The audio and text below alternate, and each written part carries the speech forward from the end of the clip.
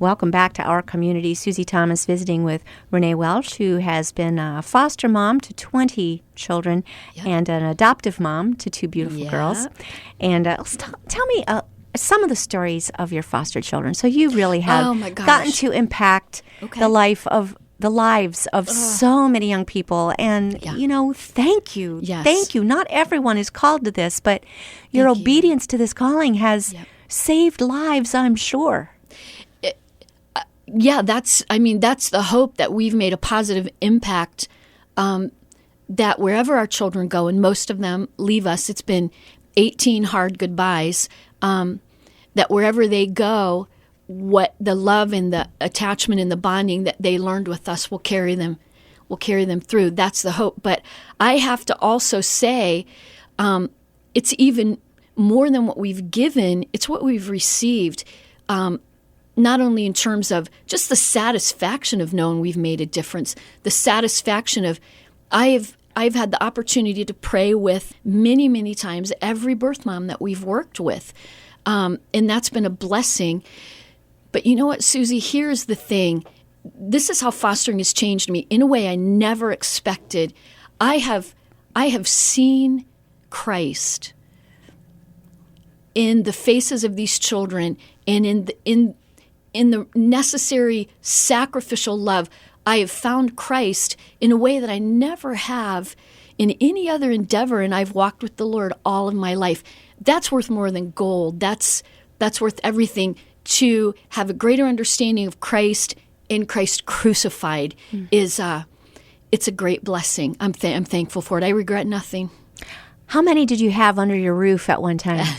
Well, listen. Ironically, I've kind of figured out I'm probably a one-child mom. So the most we had was 3. We had a sibling group of 3 who did not speak English. Oh, my goodness. That was fun. Actually, I still love those kids and miss them. So that's the most we've had. And they were newborn, 2, and 7. Oh, my goodness. Yeah. So that's boot camp. Yeah. I know the newborn and 2 at the same time. Don't know about having a 7-year-old at the same time. Oh, my goodness. Oh, well, I'll tell you about it. It was being up all night with a newborn. Yes. And then getting up at 7 a.m. and getting a 7-year-old off to school. And then coming home and instead of taking a nap, having a rambunctious toddler all day. And that I think we had them for a couple of months. And by the end of it, I was severely tired. Oh, my Believe gosh. me. Can't even fathom. Well, and on top of just normal, baby, toddler, and 7-year-old, which would wear anybody out, I had a baby, a toddler, and a 7-year-old screaming for their mommy. Oh, my. Yeah. Oh, my. So Because you've got the other layer there. Because nobody slept. No. Yeah. No.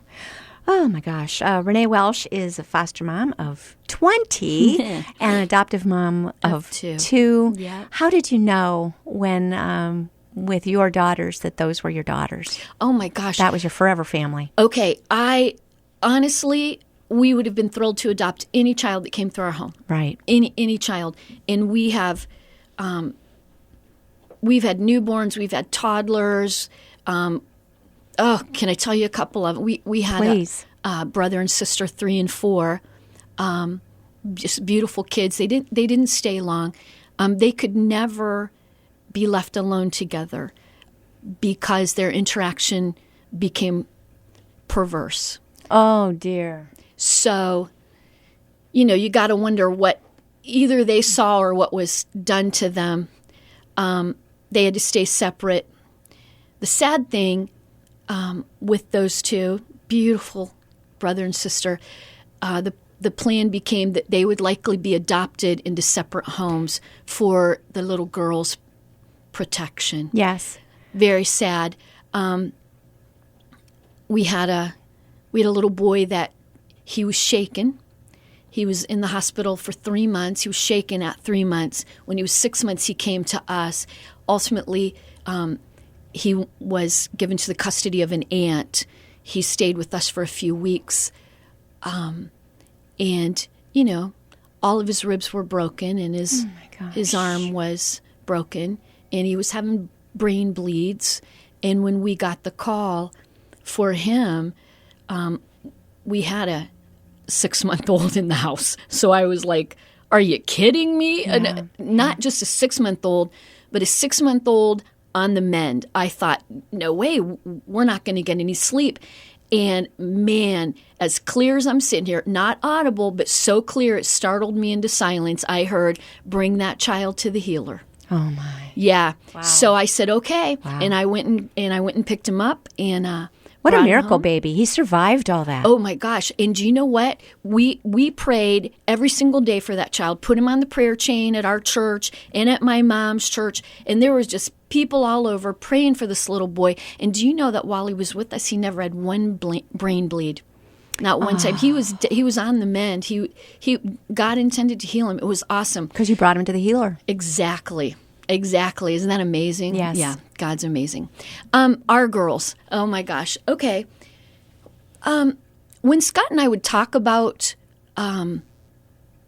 early on, before we started our foster adoptive journey, when we would talk about our children, we would all the Welshes, my husband's family, they all just have big smiles, like Hollywood smiles. And so we would say, maybe we'll have a baby with a big smile, or maybe we'll have a little girl who sings. Wouldn't that be great? My family's musical. Mm-hmm. So we would just, discuss like the ideal combination. And at that time, for about 2 years, I had a recurring dream that I had a fair-haired baby girl.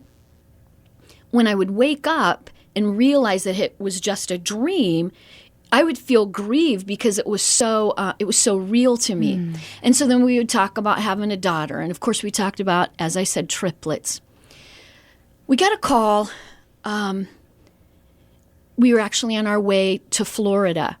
I was packing. We were tired. We were exhausted. We had had a shaken baby. We had had another baby that came injured from the hospital. I mean, we just were exhausted. We had made a couple feeble attempts to, have a break. It was a mistake for us to not have more respite. So we decided we're going to Florida. My in-laws had a condo down there at the ocean. We're going. Our plane was leaving the next morning. Call came. Now, of course. Why did I answer the phone? That's a good Why question. did I answer the phone? I was literally putting my clothes in the suitcase. It was December. We're going to Florida in December. You know it. What Yes. was I thinking? Answer the phone, little girl. She's, can you come? She's due to be released from the hospital. She was born premature. I said to the placement worker, what's her name? Why has she been hospitalized? Some information they can give, some they can't. I've done the dance many times, so I know what I'm permitted to ask. Yes. And I know what the caseworker's allowed to disclose. She said she's been in the hospital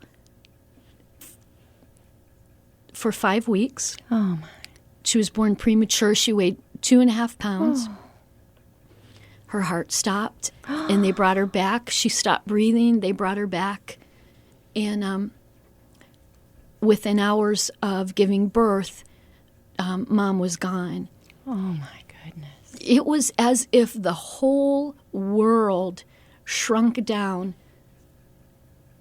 to that realization that this was a precious baby girl laying alone in a hospital for 5 weeks fighting for her life.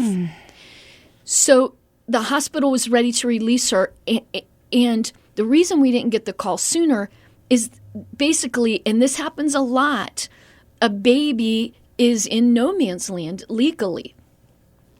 The hospital, they won't release her till they know that she's viable, but they also they won't know for a few weeks because there's different levels of care. There's therapeutic, there's medically fragile, and until the hospital knows what kind of care the child's going to need, they won't release her. And the agencies who step in and take custody won't know until the hospital knows. Oh, so had we known 5 weeks earlier, right, we would have been there every minute of every day. Right. But there was no way of knowing.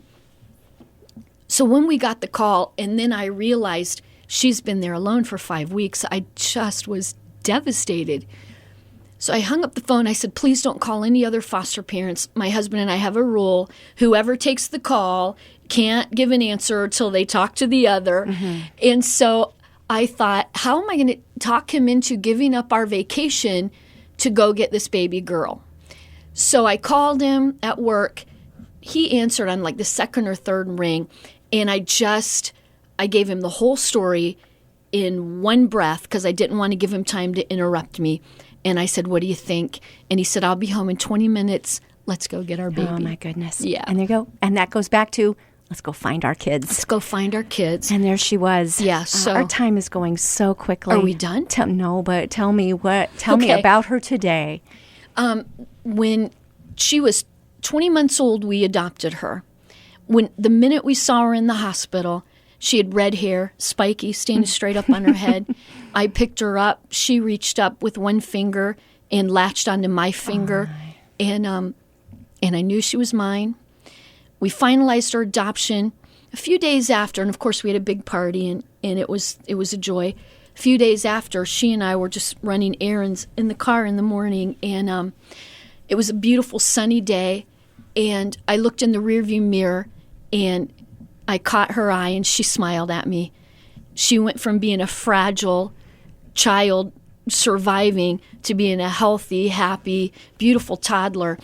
And when I looked in the rearview mirror, I was admiring how the sun was reflecting off of her now blonde hair. Oh, your fair blonde hair baby. And it hit me. This was the child of my dreams. Oh, wow. This was the baby girl this was my Isaac that I had laid on the altar. God knew, and he gave her back to me. Yeah. And that's only one of that's one story. It's one. You have a second daughter. Yes, we adopted her sister. Her sister. Yeah. Oh, my goodness. Well, yes, we're out of time. So you know what? We're going to use this as a nice little hors d'oeuvre. If you would like to hear the rest of Renee's story, she's going to be speaking and singing for the Pregnancy Choices banquet coming up November 10th at Kent State University at Stark. And for your tickets, they're free, but you do go to pregnancychoicesforme.org/events. There will be opportunities to partner with Pregnancy Choices, but that's how you get to meet Renee, awesome. Hear part 2, hear her sing. Can't thank you enough for sharing with us today. Thanks for having me. Thank you, and thanks for joining us on our community. I loved it. Thank you.